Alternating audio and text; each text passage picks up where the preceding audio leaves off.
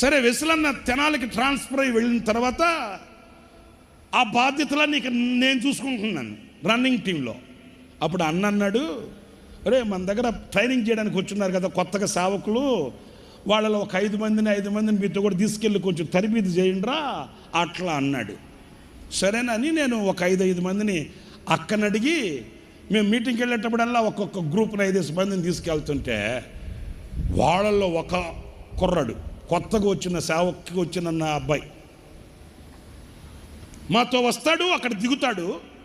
దిగిన తర్వాత ఏ చెట్టో పుట్టో చూసుకుంటాడు, వెళ్ళి అక్కడ కూర్చుంటాడు. నేను పిలిచి, తమ్ముడా ఏంటి, లైట్లు కట్టుకోవాలి, వైర్లు కట్టుకోవాలి, మైకులు పెట్టుకోవాలి, పాటలు పాడాలి, ఇన్ని పని పెట్టుకోండి, నువ్వు వాడు కూర్చున్నావంటే ఏమన్నాడు తెలుసండి, అనో పని చేయడానికి రాలా మేము ఇక్కడికి సేవకి, మరి ఎందుకు వచ్చా అంటున్నారండి.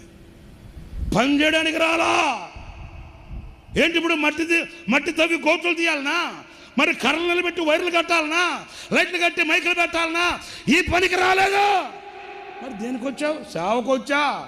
వాక్యం ఏమంటుంది, సేవలో పని పని పని.